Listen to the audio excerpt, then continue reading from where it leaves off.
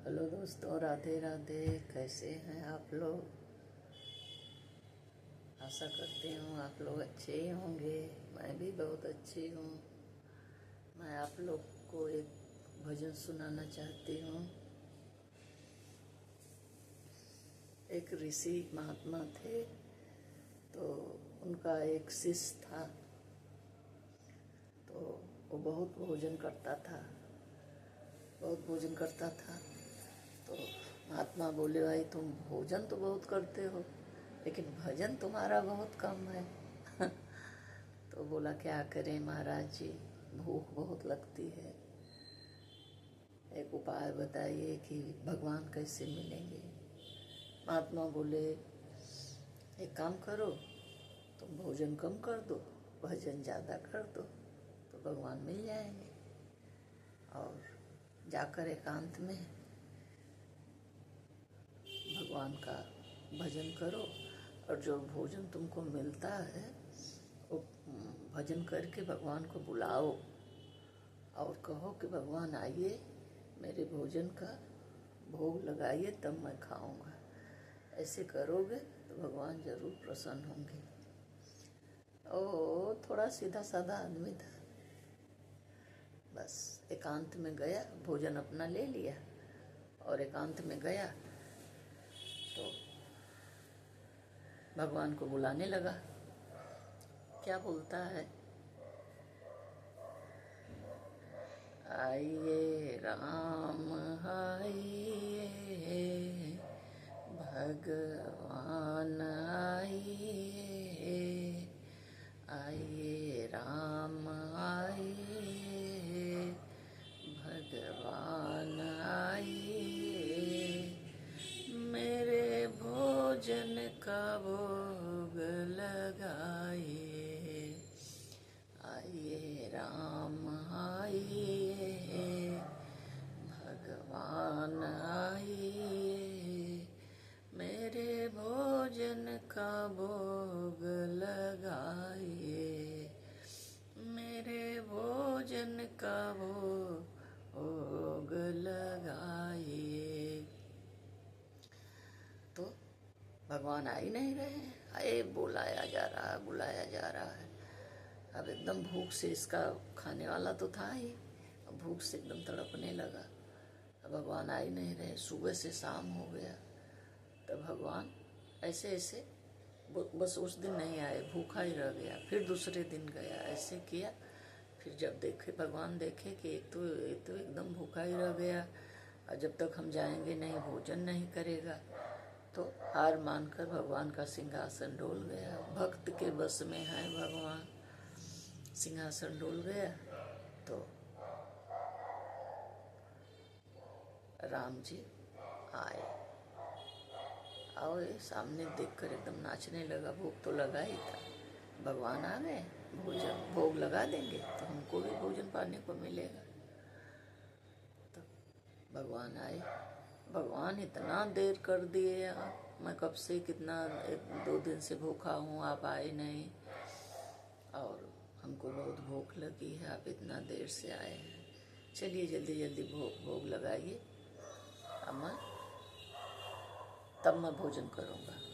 भगवान बोले, ठीक है, भोजन कर लिए।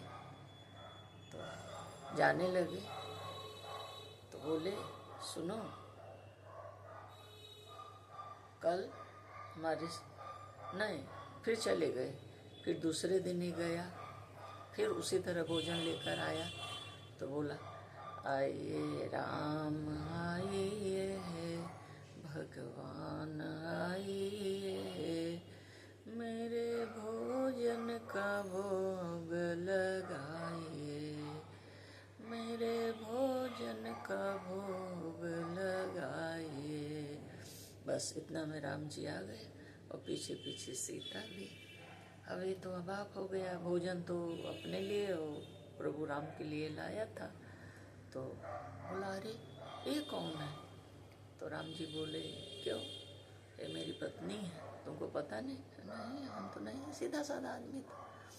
ये मेरी पत्नी सीता है। ये भी प्रभु आप पहले बताए होते अच्छा ठीक है, चलिए 2 आदमी का भोजन है, इसी में थोड़ा कम कर करके 3 आदमी खा लेंगे। और कल मैं महात्मा से 1 आदमी का भोजन एक्स्ट्रा मांगूंगा। फिर गया तो बोला, महात्मा जी 1 आदमी का भोजन और बढ़ा दीजिए। वो बोले कि अच्छा। ओ सोचे कि पेटू तो है ही, ऐसे ही मांग रहा है और लगता है कि इसका खुराक बढ़ गया है। तो बोले ठीक है, 1 आदमी का भोजन बढ़ा दिए। अब फिर उस दिन बुलाया सीता जी तो आई थी। प्रभु राम आई, सीता संग लाई, मेरे भोजन का भोग लगाई, मेरे भोजन का भोग लगाई। इतना कहते ही देख रहा है, आगे आगे राम, पीछे पीछे सीता, उसके पीछे भैया लक्ष्मण। बाबा, ये 3 आदमी, मैं तो 2 आदमी का भोजन बढ़वा कर ले आया था। मतलब राम जी का, सीता जी का अपना तो था ही। ये 3 आदमी प्रभु आप बताए नहीं, ये कौन है? और ये हमारे भाई हैं, हम लोग जहाँ रहते हैं ये भाई हमारे साथ ही रहते हैं। तो आप प्रभु बताए नहीं, 1 आदमी का भोजन हम बढ़वा लेते। अच्छा ठीक है, चलिए इसी में से थोड़ा हिसाब किताब बैठा कर इनको भी भोजन करा दीजिए और कल मैं बढ़ा कर लाऊंगा। फिर गया, महात्मा जी 1 आदमी का भोजन और बढ़ा दीजिए राशन। क्या बात है भाई, बेचता उचता है, क्या करता है? इतना खुराक इसका बढ़ गया है। 2-3 आदमी, 1 आदमी का खुराक और बढ़ा दीजिए। बेचता उचता है कि क्या करता है? उनको थोड़ा मन में शंका उठा, लेकिन फिर भी दिए। तो बोला कि फिर आया, फिर पुकार रहा तो बोला, राम आए, सीता संग लाई, भैया संग लाई, लक्ष्मण संग आई, मेरे भोजन का भोग लगाई, मेरे भोजन का भोग लगाई। तब उस दिन वो लोग भोजन किए और फिर ऐसे 3 आदमी का राशन लाने लगा। अब 4था दिन जब आया तो ऐसे ही बुलाया तो देख रहा है, फिर ये कह रहा है, प्रभु राम आए, भगवान आए, सीता साथ लाई, लक्ष्मण संग लाई, मेरे भोजन का भोग लगाए। इतना सुनते ही प्रभु राम आए और उनके पीछे सीता और उनके पीछे भैया लक्ष्मण। और अब देखिए कमाल, उसके पीछे हनुमान जी। बाबा, और एक बौखला गया, ये कौन है? आप तो बढ़ाते ही जा रहे हैं जनसंख्या, आप तो बढ़ाते ही जा रहे हैं। कितना राशन मैं मांग कर लाऊंगा?